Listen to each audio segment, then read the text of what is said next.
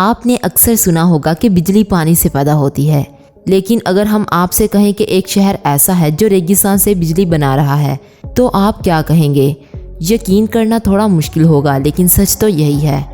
नाजरीन, ये शहर कोई और नहीं बल्कि दुबई है। दुबई इस प्रोजेक्ट पर 95,000 करोड़ रुपए खर्च कर रहा है। दुबई के इस कदम के बाद लगभग 13 लाख घरों में बिजली पहुंचेगी। दुबई की सबसे ऊंची इमारत बुर्ज खलीफा वाले शहर में ऐसा कदम उठाया गया है जिससे दुबई में कभी भी बिजली का मसला नहीं होगा, और इसी के साथ दुबई के लोगों को दुनिया की सबसे सस्ती बिजली मिलेगी। आखिर दुबई इतना बड़ा प्रोजेक्ट कैसे कर रहा है? रेगिस्तान से बिजली बनाने के लिए वो कौन सी टेक्नोलॉजी का इस्तेमाल कर रहा है? आज की इस वीडियो में हम आपको यही बताने जा रहे हैं। नाजरीन, दुबई में कुछ ऐसे प्रोजेक्ट शुरू किए गए हैं जो पूरे दुबई की तकदीर बदल कर रख देंगे। वैसे तो दुबई बड़ी और ऊंची बिल्डिंग्स के लिए जाना जाता है और इसका इंफ्रास्ट्रक्चर इतना शानदार है कि देखने वालों को दंग कर दे। सब जानते हैं कि दुबई की तरक्की की पीछे की वजह है तेल। दुबई से बहुत सारे मुल्कों में तेल एक्सपोर्ट किया जाता है, जिससे अच्छा खासा पैसा आता है। हालांकि दुबई ये बात अच्छे से समझता है कि एक न एक दिन उसकी ज़मीन तेल उगलना बंद कर देगी, और उस वक्त के हालातों को सोचते हुए दुबई और उसके कुछ शहरों ने अभी से तैयारियां शुरू कर दी हैं। अब इस शहर का ध्यान बिजली पर है ताकि पूरे दुबई में कभी भी बिजली का मसला ना आए। इसके लिए सबसे ज़्यादा फोकस सोलर पैनल्स पर दिया जा रहा है। जाहिर है कि सोलर एनर्जी का इस्तेमाल होगा तो कार्बन एमिशन कम होगा। इसके अलावा दुबई को साफ़ सुथरा इन्वायरमेंट मिलेगा। आपको जानकर हैरानी होगी कि सोलर एनर्जी से बिजली पैदा करने के लिए दुबई 95,200 करोड़ रुपए का खर्चा उठा रहा है। इसके लिए बाकायदा सोलर पार्क तैयार किया जा रहा है। इस पार्क का इस्तेमाल न सिर्फ बिजली पैदा करने के लिए हो सकेगा, बल्कि इकोनॉमिकली भी ये काफ़ी मददगार साबित होगा। ये पार्क दुबई के रेगिस्तान में दुबई के किंग शेख मोहम्मद राशिद अल मखदूम के नाम पर बन रहा है। इस पार्क को बनाने में और फिर इस पर क़याम पूरा करने के लिए कई सारे फेज़ में काम होगा। अगर बात करें इसके पहले फ़ेज़ की, तो आपको बताते चलें कि इसके पहले फ़ेज़ का क़याम 22 अक्टूबर 2013 को शुरू हुआ।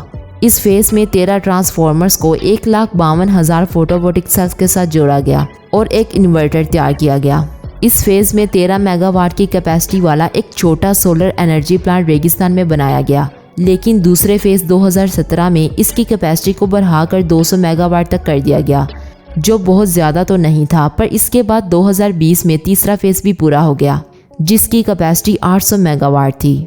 लेकिन इसके चौथे फेज़ में पुराने तरीके को हटाकर और भी एडवांस टेक्नोलॉजी को इसमें शामिल किया गया और इस सोलर पार्क की कैपेसिटी को 917 मेगावाट तक कर दिया गया, जिसमें 217 megawatt energy normal solar cell से ली जाती है और बाकी के 600 मेगावाट पैराबोलिक ट्रांसफार्मर से तैयार किया जाता है, जो एक तरह का सोलर थर्मल कलेक्टर है जिसे सूरज की जानिब सीधा लगाया गया है, और बाकी दो को एक पैराबोलिक शेप में बनाया गया है, जिसमें पॉलिश मेटल मिरर एक दूसरे के सीधे लाइन में लगे होते हैं। बाकी का 100 मेगावाट सोलर एनर्जी टावर से पैदा किया जाता है। इसके बाद 2022 के मिड में 5वें फेज़ का काम भी शुरू कर दिया गया, जिससे 930 मेगावाट क्लासिक सोलर सेल से और बाकी 2860 मेगावाट एनर्जी को बड़े से रेगिस्तान में फैले हुए सोलर पैनलों से पैदा किया जाता है। 15 घंटे की स्टोरेज कैपेसिटी की वजह से पैनल दिन रात काम करते हैं और इसे लोगों के फ़ायदे के लिए आगे भेज दिया जाता है। नाजरीन, अब प्रोजेक्ट के अगले फेज़ पर काम करने के बारे में सोचा जा रहा है, लेकिन यहाँ पहले से ही समझ में आ गया है कि 2030 तक ये सोलर पार्क 5 गीगावाट की कैपेसिटी तक पहुँच जाएगा। और इतना ही नहीं, दुबई के पास इतने बड़े रेगिस्तान हैं कि एक बड़े इलेक्ट्रिसिटी प्लांट के लिए दुबई में एरिया की कमी नहीं है। दुबई में कहीं भी सोलर प्लांट लगाकर एनर्जी स्टोर की जा सकती है। इसके साथ ही दुबई क्लीन एनर्जी सोर्स पर काम कर रहा है, जिससे 2030 तक दुबई में हर छत पर सोलर पैनल भी लगाए जाएंगे।